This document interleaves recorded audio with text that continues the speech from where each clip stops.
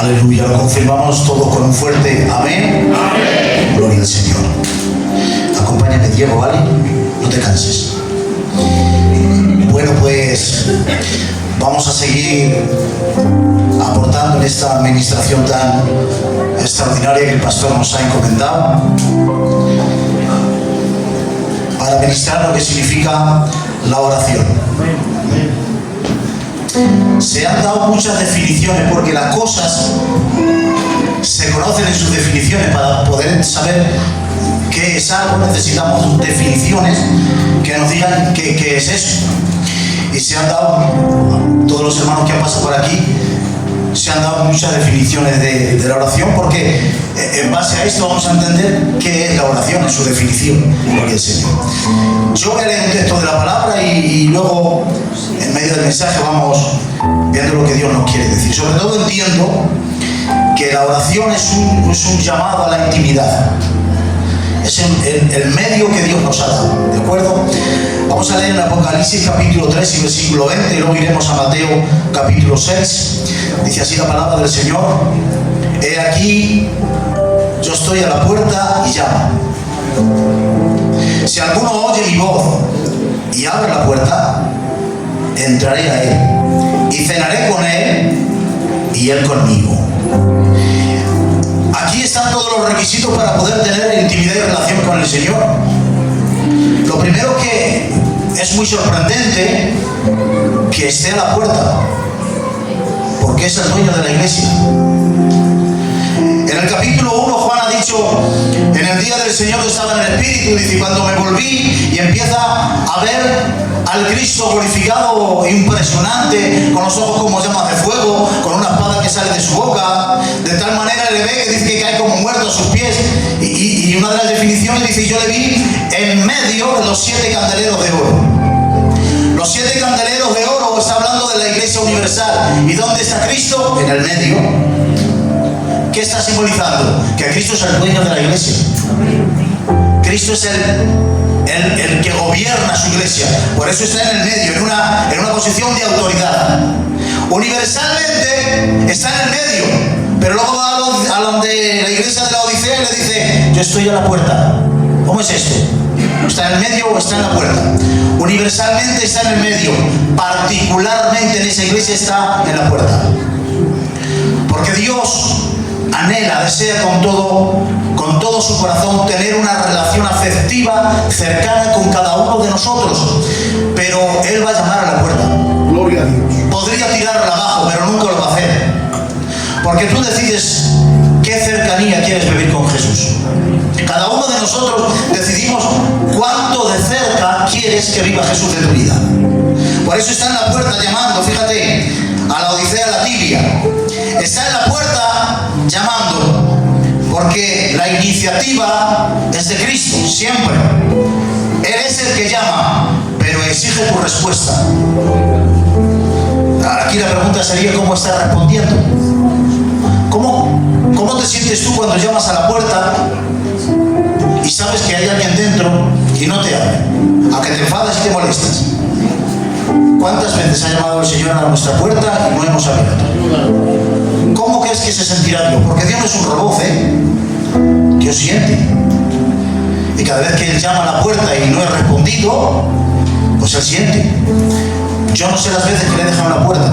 Y ojalá este mensaje en esta tarde sea la ocasión en que escuchemos la llamada de Jesús y de una vez por todas abramos. Porque es su iglesia y necesita estar dentro, pero nosotros le tenemos en la puerta. La oración es un sendero para encontrarte con el Señor, pero el sendero tiene contraseña y requisitos.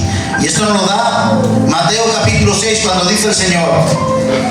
Primero nos va a decir qué no es la oración. Cuando ores, no seas como los hipócritas, porque ellos aman el orar de pie en las sinagogas y en las esquinas de las calles para ser vistos por los hombres. Dice: de cierto os digo que ya tienen su recompensa.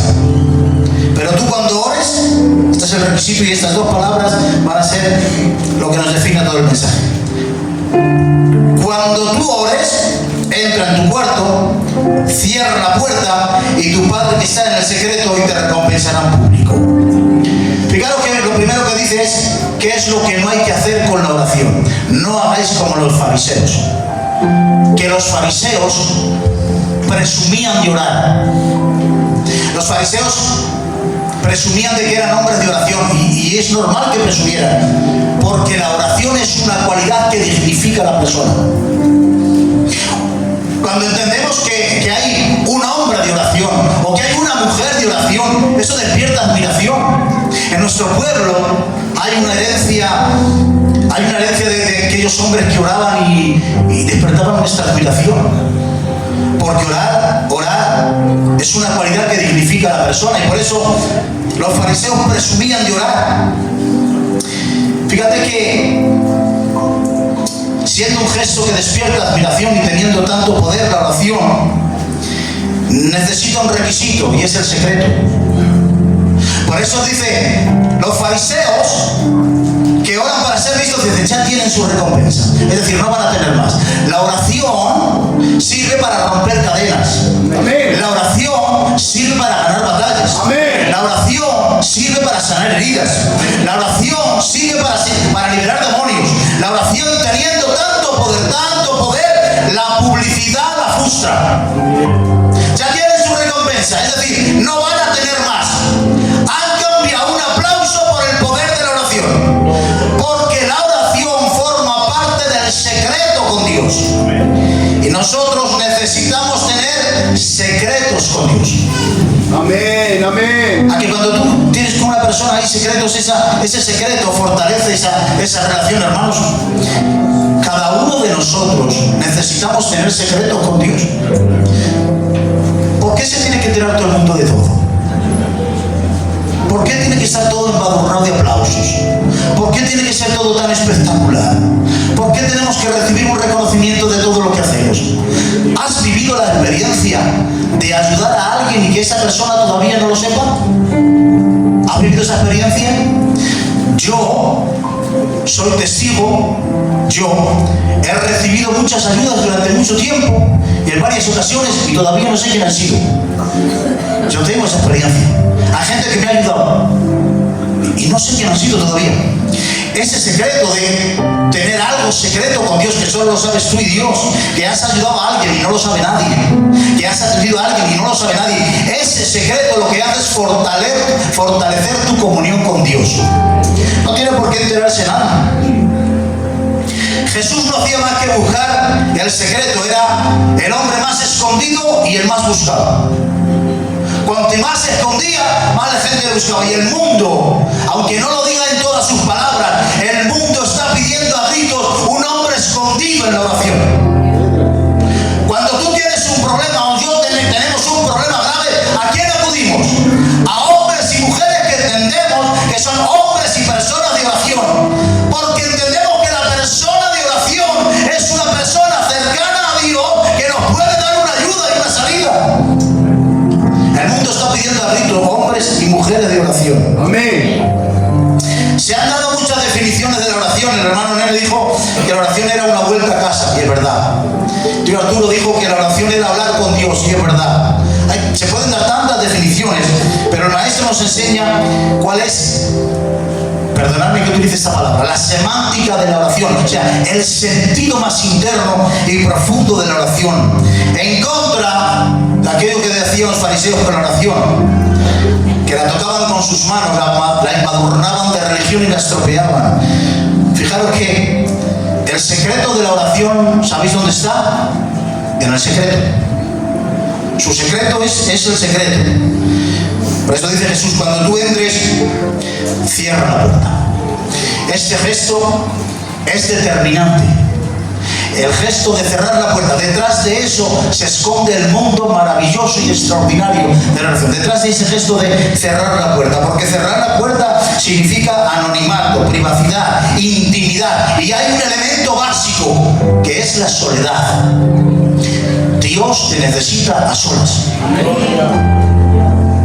¿Sabes por qué te necesita Dios a solas? Porque hay cosas tan personales que tiene que ministrar contigo que no puede haber gente por medio, que van a formar parte de tu secreto más íntimo y personal con Dios. Ni tan siquiera, hay cosas que ni tan siquiera te las puede ministrar el pastor. es tan privado, tan secreto, tan íntimo, que te necesita Dios a solas. Y la oración sirve para que Dios te ministre estas cosas. La falta de oración hace que haya muchas cuentas pendientes.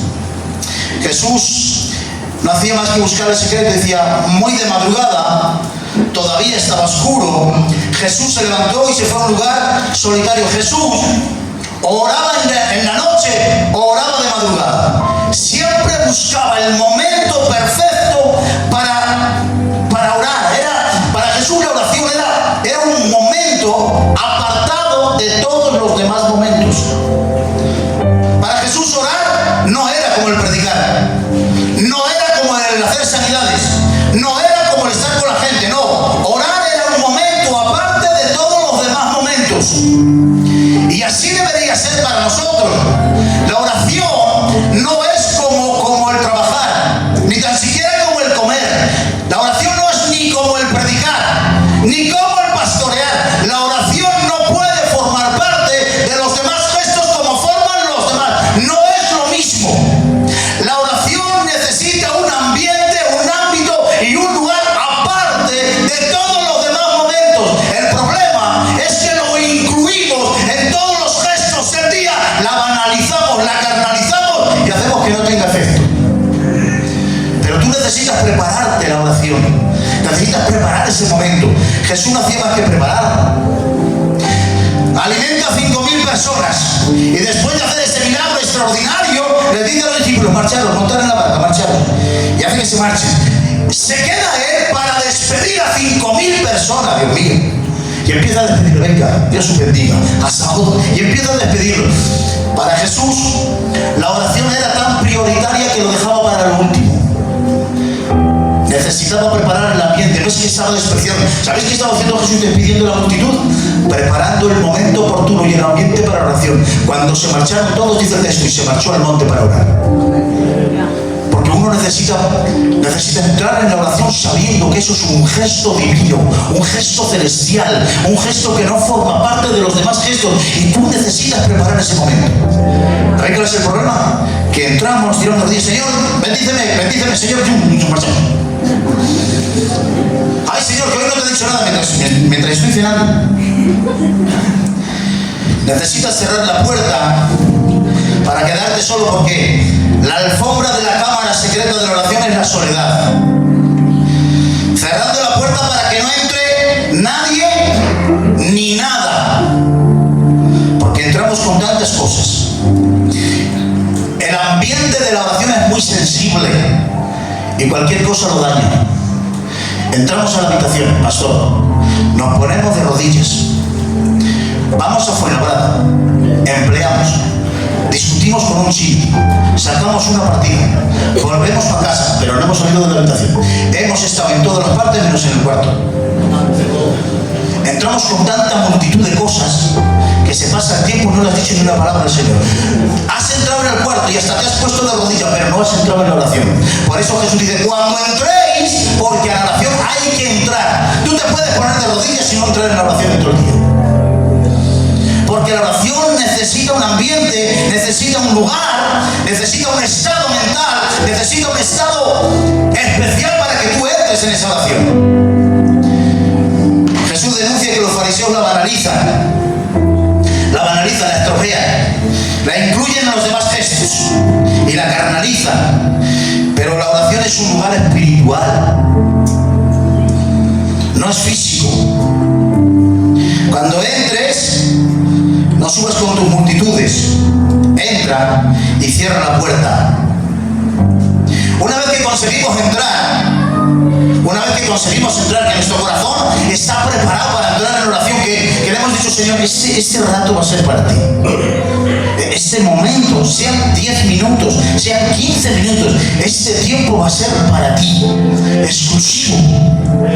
No voy a permitir que entren otras cosas que me estorban. Mirad, para Daniel la oración era sagrada y oraba durante 3 veces al día. Recibe una amenaza que le prohíbe orar, pero dice Daniel que cuando entraba cerraba la puerta. cerraba la puerta de Babilonia, pero abría las puertas hacia Jerusalén.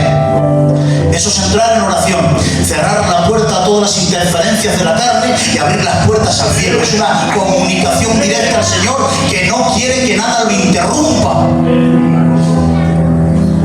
Porque una vez que entramos, una vez que entras, entonces y solo entonces, la oración se convierte en una oportunidad para Dios y una oportunidad para ti. Una oportunidad de Dios para tratarte y una oportunidad para ti para expresarte. Porque Dios te va a dejar que te expreses. Dios va a escucharte, aunque lo que digas luego te lo eche todo para atrás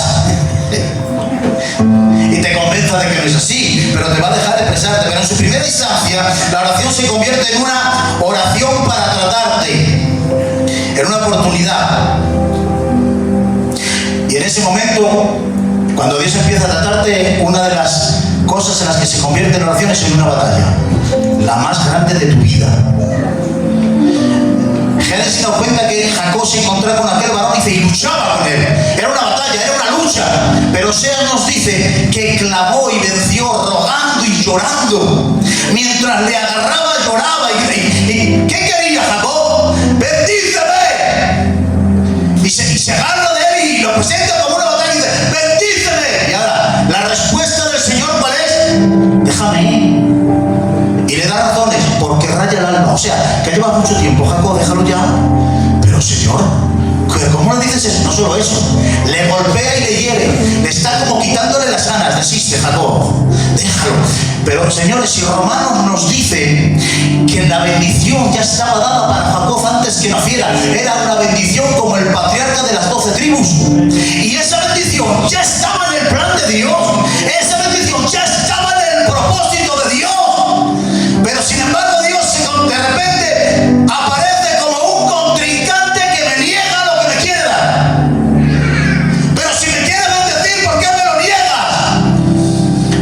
Hay peticiones que Dios se está resistiendo a darte, porque mientras se las negaba, lo que hacía es que Jacob más se agarrara a él. Porque el verdadero propósito de la oración, más que conceder peticiones, más que cualquier cosa, es relación y cercanía. Por eso hay cosas que te las resisten, no porque quiera negártelas, sino porque mientras se las estás pidiendo, estás agarrado de él. El primer objetivo de la oración es tenerte cerca.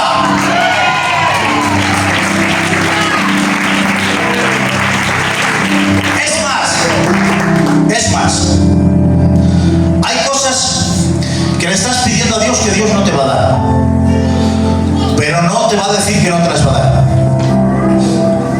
¿Por qué? Porque mientras las estás pidiendo estás ahí, cerca de él. Porque te prefiere Dios decepcionado y cerca que autocomplacido y lejos. Mientras te tenga cerca, ese es el objetivo de Dios. Más allá, porque escúchame bien, tú no necesitas las cosas que le estás pidiendo. Lo que tú necesitas en esencia es vivir cerca de Dios, y eso hace que tú vivas en dependencia. La oración significa dependencia de Dios. Por eso se convierte en una batalla y le pides cosas al Señor y se convierte en un adversario, como en Getsemaní. La oración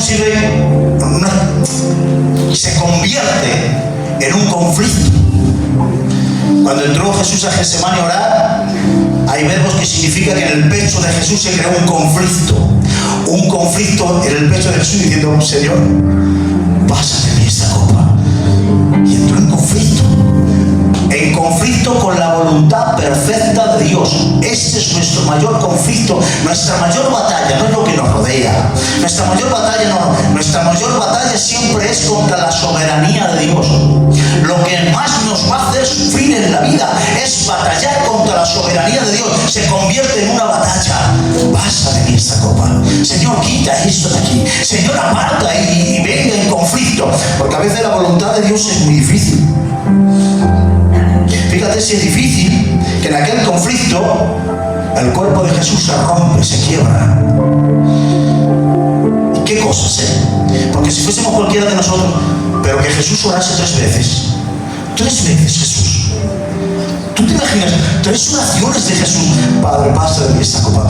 ¿Cuánta batalla hubo en el pecho de Jesús? ¿Cuánto batallamos a veces con eso? Getsemaní significa angustia, conflicto. Y nosotros pasamos por muchos Getsemaní. Entramos en conflicto contra la voluntad de Dios. Pero ¿sabéis quién comenzó Getsemaní? Cristo. ¿Quién lo terminó? Cristo. Él le puso fin a esa angustia. ¿Sabéis cómo? Hágase tu voluntad y no la mía. ¿Sabes por qué hay tantos Getsemaníes prolongados en nuestra vida? Porque no aprendemos a decir, Señor, hágase tu voluntad y no la mía. Hasta que no aprendas a decir, hágase tu voluntad y no la mía, seguirás sufriendo. Tú tienes que acabar con ese conflicto en oración, diciendo, hágase tu voluntad. Es mejor tu voluntad que la mía. Son mejores sus planes que los míos. Aunque yo no lo entienda, aunque yo no le comparta, aunque tenga que sufrirlo, aunque me cueste clavo, es mejor tu voluntad que la mía. La oración sirve para doblegarnos ante la soberanía de Dios y decirle que Él tiene razón y que no soy yo el que tengo razón, que vale más sus planes que los míos. Pero esto nos cuesta mucho. La oración se convierte en un campo de batalla terrible. Y me vais a dar la razón ahora. Sobre todo cuando nos dice, como en Marcos 11:25 dice Jesús, y cuando estéis orando, perdonad. Fíjate que nos dice, vete a donde aquel que has tenido aquello y vete a abrazarlo. No hagas eso, porque eso no tiene ningún sentido. Cuando estés orando, perdonad. Aquí aparecen muchas cosas, sobre todo mi razón. Perdonar con lo que me ha hecho, perdonar. A veces esta batalla es muy dura porque se cuela la razón. Se cuela la razón. Jonás salió huyendo de la voluntad de Dios. ¿Sabéis por qué salió huyendo? Porque Dios le dijo que fuese a predicar a sus contrarios. Los ninivitas cogían a los judíos, los enterraban, les dejaban con las cabezas por fuera y luego pasaban con caballos por encima. Y ahora viene Dios y le dice, Jonás, vete y predica a esos que han matado a los tuyos. ¿Predicar yo a esos sabiendo que los vas a perdonar? Y salió huyendo. Conozco a alguien, y que encima está aquí, aleluya, que me dijo en una ocasión, no me meto en el cuarto a orar. ¿Por qué? Porque si me meto en el cuarto a orar, sé que el Espíritu Santo me va a pedir que perdone y me va a convencer y no quiero. Y huimos de esto. Afecta nuestra relación con Dios. Cuando estés orando, perdona, porque en su esencia, perdonar nada tiene que ver con el ofensor. ¿Sabes qué sucede cuando de repente recibimos esta palabra del Espíritu y te dice, perdona? ¿Sabes en qué pensamos? Inmediatamente pensamos en el ofensor. Pensamos en el que me ha herido. Y claro, tú ves el que te ha herido, tiene los pelos hincados y los ojos salidos, sucio, no hay quien lo vea, es para matarlo. Que es verdad. Malo no, lo siguiente, se merece que le quemen en una hoguera. Y cuando te piden que lo perdones, tú te piensas en él y dices, pero si es que se merece eso y mucho más. ¿No sabes qué dice el Señor? Pero que ese no tiene nada que ver aquí en esto. Pero si ha sido él el que me ha herido, no tiene nada que ver. Esto es un asunto personal entre tú y yo. No tiene nada que ver en lo que te ha ofendido. Ese no ha entrado en el cuarto. Ese no está aquí ahora.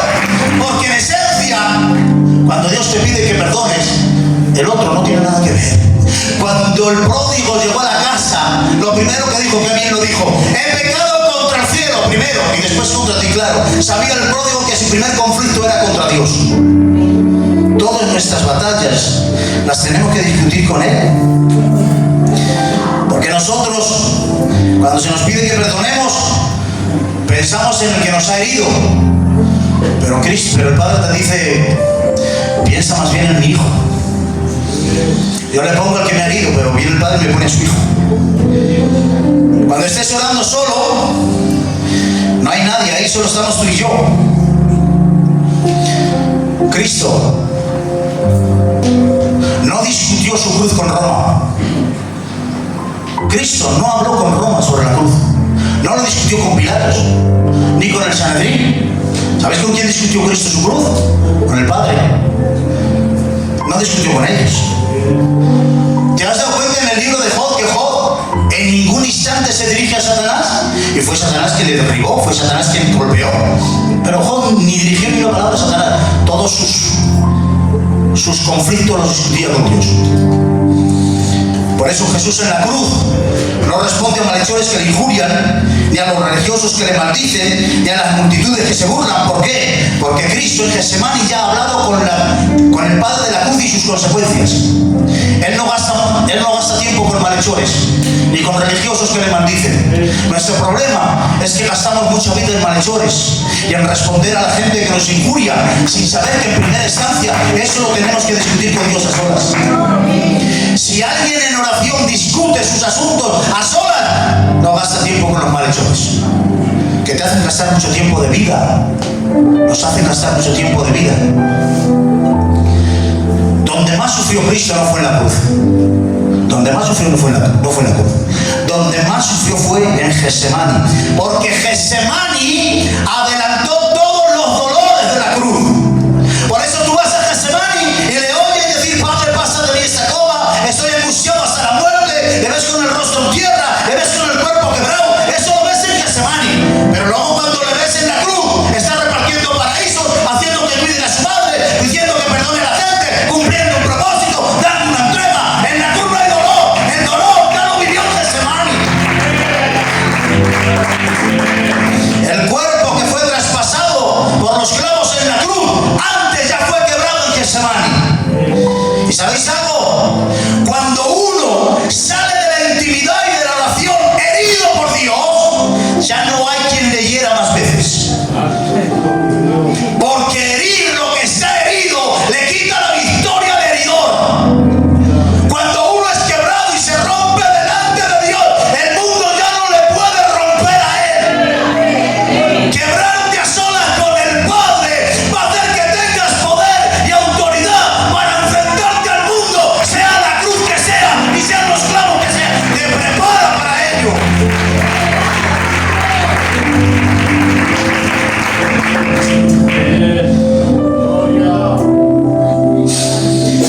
Getsemaní nos presenta dos escenas.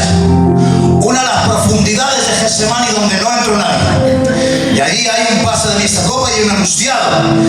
Pero cuando sale a las afueras de Getsemaní, cuando sale fuera: ¿a quién buscáis? A Jesús, aquí estoy yo. Y cayeron al suelo. Y le ven sanando una oreja. Cuando alguien se quiebra de rodillas en oración, vive de pie delante del mundo. Y ahora me da lugar para decir esto. Tiene tanto poder quebrarte en las manos de Dios. Tiene tanto poder romperte en las manos de Dios. Tiene tanto poder humillarte y romperte en las manos de Dios, que te capacita para llamar amigo a aquel que te va a traicionar. Te da el poder para eso. Pero hermanos, ¿es mucho? No, sí, es mucho. Más aún, siempre decimos que cuando algo nos hiere, necesitamos tiempo. Deja que pase el tiempo. A Cristo no le habían terminado de hacerle todas las heridas y ya estaba perdonando. Cristo perdonó con las heridas abiertas. Esto es mucho. Más aún, no solo perdonó con las heridas abiertas, sino que perdonó a aquel que ni tan siquiera se había disculpado. O sea, perdonando con las heridas abiertas y concediéndole el perdón a aquel que ni tan siquiera se había disculpado. Pero hermano, cuando estemos con el cuerpo glorificado en el cielo, ¿no? Es que esto, entiendo que es un grado de espiritualidad muy elevado. Pedir a la gente que perdone con las heridas abiertas es mucho, pastor, ¿no? Es mucho.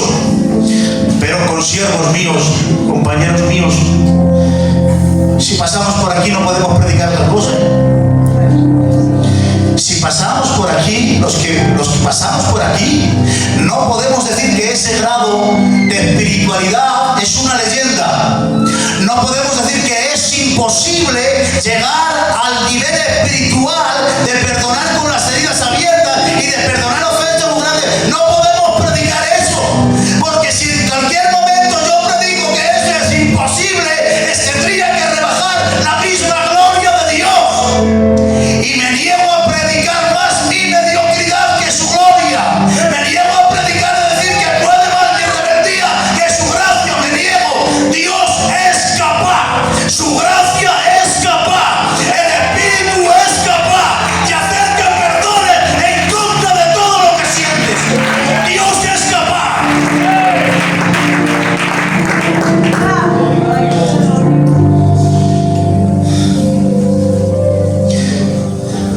Esto que digo lo digo yo, para mí, su gracia ha sido irresistible. Para mí, su gracia ha sido irresistible. ¿No es que estoy aquí? ¿Y tú? ¿O qué pasa? Que cuando el Señor te llamó, tú eras ya obediente y eras un rebelde y no querías. Tuvo que doblegarte su gracia, tuvo que herirte su gracia, tuvo que convencerte su gracia. Sigo creyendo en un poder. Hay una seducción en la gracia que es insufrible. Como Dios te tome en sus manos, como Dios trate contigo, eres capaz de hacer lo que ni te imaginas.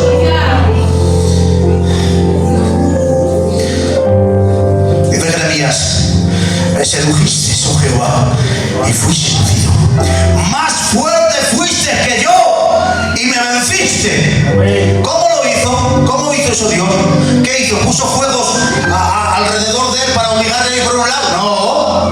No encendió fuegos externos. Lo que hizo fue encender un fuego interno. Creo en esta capacidad del Espíritu Santo, que es capaz de encender tu fuego de tanta pasión y de tanta rendición a Dios, que serías capaz de hacer lo que ni te imaginas. Amén. A Zaqueo le escupían por la calle, le llamaban perro, le ponían de vuelta y media, pero a Zaqueo ni le iba ni venía. ¿Sabes qué decía Zaqueo? Llámame perro y échame pan. Decidme lo que queráis, vosotros sacadme todos los fideos y ya está. No le importaba un pimiento lo que le dijera. Pero llegó Jesús y no le dijo nada. Simplemente Jesús se sentó en su casa y se le quedó mirando. Y el rostro de Jesús mirándolo fue insufrible para Zaqueo, y dijo: aquel al que le he defraudado se lo devuelve 4 veces. Porque el que tiene a Jesús en su casa es capaz de arrepentirse sin mandamiento y entregar lo que nadie le está pidiendo y dar incluso más de su propia capacidad. Creo en ese poder. Así es la oración. La oración es una oportunidad para Dios, pero también es una oportunidad para ti. También. ¿Sabéis que ningún discípulo vio a Jesús en lo profundo de Getsemaní con el rostro en tierra? Nadie vio el cuerpo quebrado. Nadie le vio con el rostro en tierra. Nadie lo vio. ¿Sabéis qué vieron? ¿A quién buscáis? A Jesús, aquí estoy. ¿Sabéis qué vieron? No le vieron quebrado dentro. ¿Sabéis por qué? Porque eso formaba parte de la intimidad, formaba parte del secreto. No le vieron sentirse débil, no le vieron. ¿Sabes por qué? Porque la oración secreta y privada se convierte en una oportunidad para decir que no puedes más. Te da la oportunidad de decirle: Señor, hasta aquí. El otro día decía nuestro hermano Eleazar: el mundo no te permite decir soy débil. Y es verdad, no lo puedes decir, no se puede decir. Sin embargo, la oración secreta te da la oportunidad de decirte: Señor, hasta aquí, no puedo más, es imposible. Te da la oportunidad, padre de familia, de por una vez quitarte la armadura que tienes delante de todos, sosteniendo tu casa y arengando a todos para que se mantengan en pie y protegiendo a todo el mundo mientras tus piernas te están temblando. Pero la oración secreta te da la oportunidad de meterte y decir: Señor, que no puedo. Madre de familia, te da la oportunidad de por una vez quitarte la capa de heroína que tienes que estar sosteniendo a todo el mundo. Y estar para todo el mundo y para ti no hay nadie. Te da la oportunidad por una vez de decir, Señor, hasta aquí ya no puedo más. Te da la oportunidad de quebrarte, de romperte, de ser débil, de decir no puedo. Te da la oportunidad. ¿Sabéis que Jesús en Getsemaní, cuando estaba dentro de Getsemaní, había verbos que decían que sentía añoranza del hogar paterno? Hay otro verbo que significa sentir pavor ante lo desconocido, y hay otro verbo que significa, que llamaba Abba, que significa papa, unirlo todo. Jesús está dentro de Getsemaní con el cuerpo quebrado, diciendo, siento añoranza del hogar paterno, siento pavor ante lo desconocido, diciendo, papa. El Jesús que resucita muertos, el Jesús que libera demonios, el Jesús que pasa por encima de las aguas, en lo profundo de Getsemaní es como un niño pequeño y dice, papa. La oración secreta te da la oportunidad por una vez de romperte en las manos de Dios y decirle, Señor, no puedo. Te da la oportunidad de ser un niño, te da la oportunidad de ser débil, vulnerable, porque todos necesitamos sentirnos cuidados de vez en cuando. ¿Os habéis dado cuenta que nuestros mayores, cuando se hacen muy mayores, dice, se ha vuelto como un niño? ¿Viste? Cuando la persona se hace muy mayor, dice, se ha vuelto como un niño. ¿Sabéis por qué? Porque después de toda una vida de mantener una casa en pie, de luchar tanto, de trabajar tanto, de mantener tanto, llega un momento en la vida en que uno necesita sentirte como un niño y sentirse cuidado. Y eso te es la oportunidad de Dios en secreto para ti. Mirad lo que dice el texto. Cuando entres, cierra la puerta y tu Padre,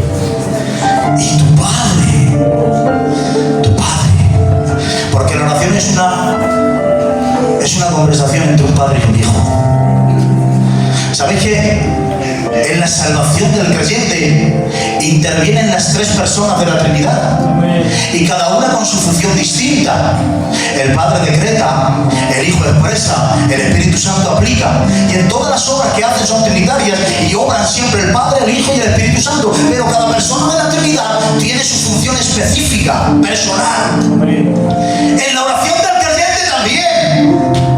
El Espíritu impulsa. Cristo nos enseña y es el medio, todo se ora en el nombre de Jesús. Pero hay una nota personal en el Padre en cuanto a las oraciones, es el encargado de recogerlas. Por eso cuando le preguntan a Jesús, enséñanos a orar, el primero que dice, Padre nuestro que estás en los cielos. Cuando estés en secreto, ora al Padre. Libro de Apocalipsis dice, y hubo se abrió un séptimo sello, dice, y hubo un silencio. ¿Qué pasó en ese sello? Las oraciones de los justos que suben y un ángel viene a recogérselas para llevarlas al mismo trono del Padre. Y es el mismo Padre que recoge las oraciones. Es el encargado de recoger tus oraciones porque es una nota personal paternal. Es una conversación entre un hijo y un padre. Cuando tú estás en tu casa y de repente sientes la necesidad de orar, quiero orar. Es el Espíritu Santo que te agarra de la mano y dice, vamos a orar. Cuando vas directo para tu cuarto, es Cristo que te abre la puerta. Y cuando entras dentro, es el Padre que te está esperando.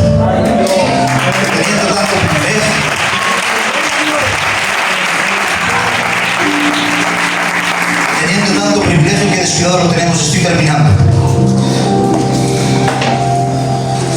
¿Te has detenido a pensar que la oración sobre todas las cosas es un privilegio?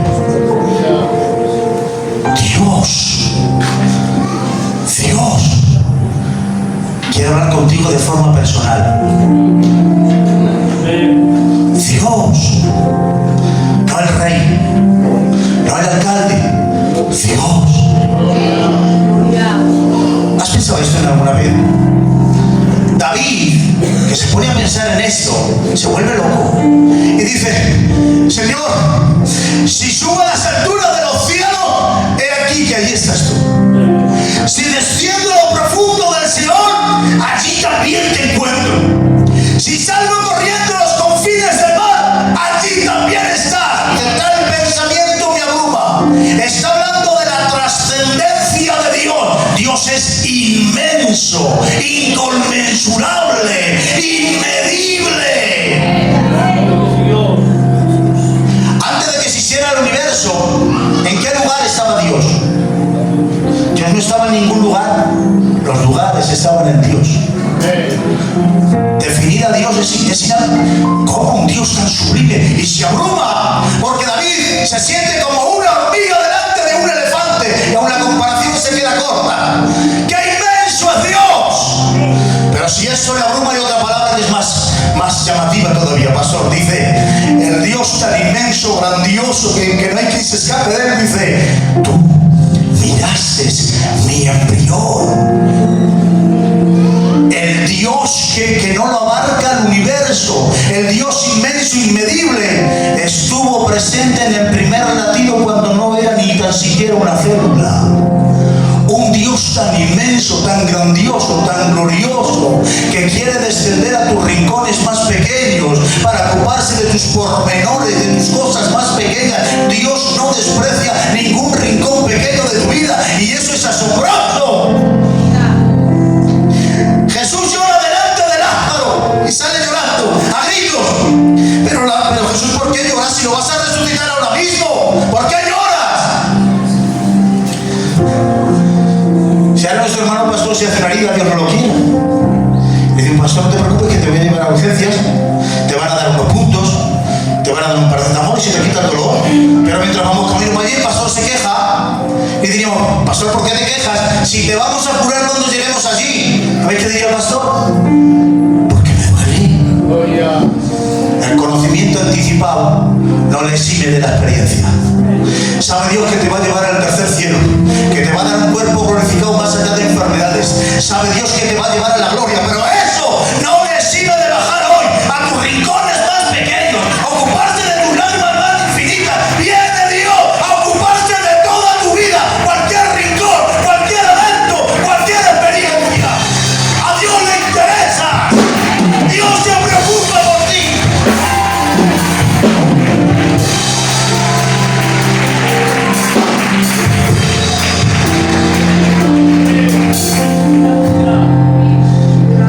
La oración íntima sirve para escuchar los susurros del corazón de Dios.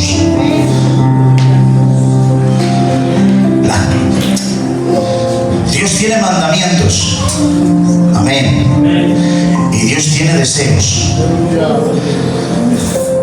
Aquí vas a escuchar siempre los mandamientos, pero hay deseos en el corazón de Dios que no son mandamientos.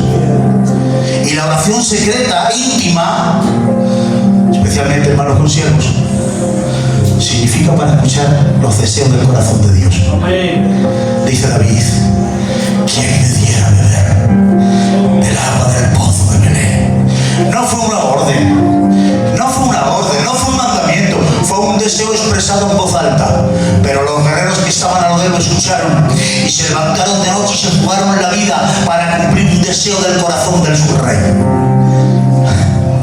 La oración íntima, privada, sirve para hacer de los deseos de Dios jugarte la vida, para escuchar qué quiere Dios, qué desea, no un mandamiento, no una orden, un deseo. Alguien está escuchando los susurros del corazón de Dios. Sobre todas las cosas, y termina. La oración es una vuelta a casa. La oración es hablar con Dios. La oración es una oportunidad. La oración es un privilegio. Pero sobre todas las cosas, la oración es una experiencia. Y si esto no se convierte en una experiencia, nunca sabrás lo que significa la oración. La oración tiene cosas tan privadas y tan secretas que no se pueden contar. No se pueden contar. En una ocasión, hablando con un hombre, de estos de Dirección de España, me decía, Ramón, yo no puedo contar las experiencias que he tenido en el secreto porque no me creerían. Hay cosas que forman parte de la oración secreta, experiencias que se van a quedar para ti, pero que si no te metes ahí, nunca las vas a vivir. La oración tiene que convertirse en una experiencia personal. Sobre todas las cosas, haz que la oración para ti sea una vuelta a casa. Haz que la oración para ti sea una oportunidad. Haz que la oración para ti sea un hablar con Dios. Conviértelo en una experiencia. Termino como he empezado. Por si a alguien se le encendiera el corazón esta tarde y recíbelo de parte del Señor, cierra tus ojos y oye a Dios. Cierra tus ojos. He aquí, yo estoy a la puerta y llamo. Si alguien oye mi voz y abre la puerta, yo cenaré con él y él cenará conmigo. Oramos al Señor y le decimos: Señor, si me llamaste, si no te abrí la puerta, te rogamos que vuelvas a llamar.